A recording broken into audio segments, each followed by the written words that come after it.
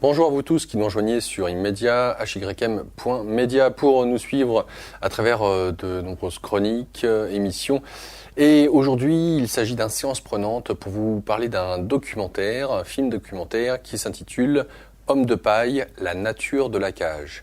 Alors ce film est anglo-saxon, anglais plus spécifiquement, et il met en exergue l'illusion que nous croyons être à travers notre statut social, ça c'est une chose, mais plus que ça encore, notre nom de naissance, notre prénom de naissance, qui sont la mise en avant de notre identité d'esclave à travers le monsieur. Bref, l'entité civile qui nous caractérise serait en fait la plaque d'immatriculation qui caractérise l'esclave que nous sommes aux yeux de la société. Et c'est bien ce qui est traduit à travers ce film, ce documentaire. Alors, ce qui pourrait être dommage dans ce documentaire, c'est que toute la construction de ce film est basée sur les lois qui régissent le Royaume-Uni, donc anglaise, avec un petit peu les lois américaines, mais très très brefement, en tout cas entreaperçu. Rien concernant les lois françaises. Mais il y aurait énormément de ponts à faire entre justement toute la législation française et la législation anglaise, et de voir les nombreux points communs qu'il peut y avoir, et tous les... Enfin, vous avez entendu certainement cette phrase qui dit que nul n'est censé ignorer la loi. Et bien entendu, tout cela est totalement impossible. Mais pour la société, il faut savoir que la société est une entité fictive. C'est un ensemble, entre guillemets, de personnes. De même, à travers votre nom et votre prénom, quand on dit monsieur ou madame un tel et un tel, il s'agit de l'entité administrative, entre guillemets.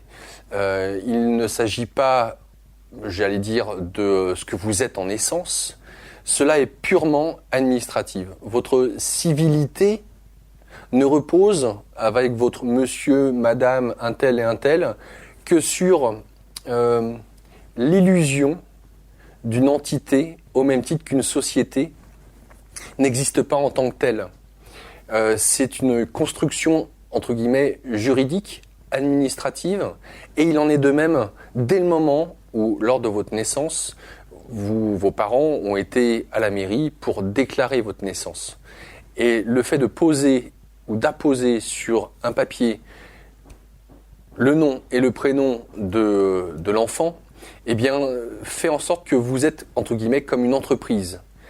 Ce morceau de papier d'état civil vous caractérise en tant qu'entité administrative.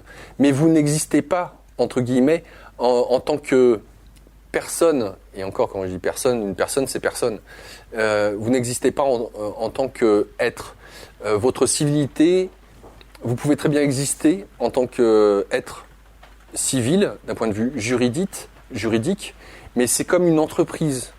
Vous n'existez pas en tant qu'individu, en tant que personnalité physique. Donc, un statut moral, si on peut dire, qui vous incorpore, entre guillemets, dans l'état de droit.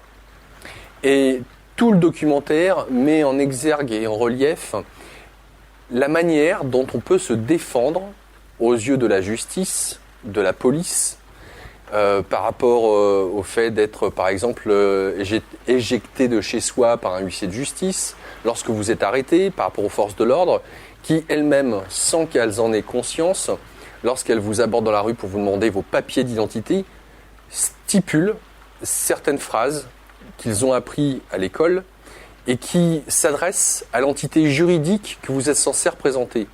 Mais dès le moment où vous ne vous adressez pas à eux en déclarant votre identité juridique, vous n'existez pas, entre guillemets, et ils ne peuvent rien contre vous. Alors, en fait, ce documentaire est une mine d'informations pour déjà prendre conscience que l'on est des esclaves, au cas où vous ne le seriez pas encore, qui s'imaginent exister avec un nom, un prénom, etc., une date de naissance, qui est en fait juste le numéro d'immatriculation de votre numéro d'esclave. C'est tout ce que ça représente. D'ailleurs, nos aïeux, je fais une apartie qui n'a rien à voir avec le film documentaire, mais nos aïeux, quand ils se présentaient de tribu à tribu ou autre, vous donniez votre prénom, fils de un tel, eux-mêmes fils de un tel. Il n'y avait pas de nom de famille. Le nom a été inventé dans ce sens-là, pour nominer l'esclave. Et donc, tout le film documentaire s'appuie sur les lois anglo-saxonnes, anglaises plus spécifiquement, comment ces dernières nous représentent en tant qu'esclaves et comment on peut contourner, ou en tout cas avoir conscience de la loi. Il serait très intéressant que parmi vous, j'ai cru voir ça sur Internet, il y en a qui, s'appuyant sur ce documentaire, fassent le parallèle avec la législation française et de voir comment on peut déjouer nos dettes, les huissiers, la police, etc., en ayant conscience de ce que ça implique. Que finalement, quand la police s'adresse à vous, quand un huissier s'adresse à vous, quand un juge s'adresse à vous, à qui parle-t-il réellement ?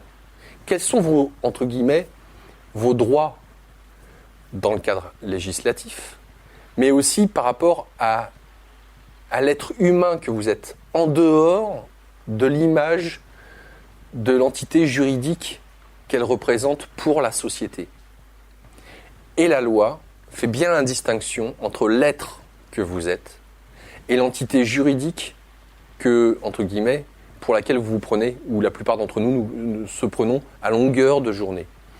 Et vous verrez peut-être les manières de contourner, ou en tout cas pas contourner la loi, mais en tout cas de la comprendre, et de voir ses implications, et de pouvoir peut-être mieux protester, s'il en est. Voilà, donc un film à voir, il dure 2 heures, il est assez long, il peut être assez lourd, dans le sens où, encore une fois, c'est en rapport avec la législation anglaise, mais très important parce qu'il y a des principes fondamentaux qui se retrouvent par rapport à la situation en France, et de surcroît par rapport à tous ceux qui regarderont ce film documentaire disponible gratuitement. Il est en dessous sur la page d'Immédiat, dans l'article qui lui est consacré. Donc tous ceux qui sont assez férus de ce genre de choses, d'aller fouiller dans la législation française et de voir ce qu'il en est pour nous, et de le faire partager au plus grand nombre, bien entendu, via en me contactant, je serais ravi, et puis de décortiquer ça ensemble. Voilà, en vous souhaitant un bon visionnage, à bientôt.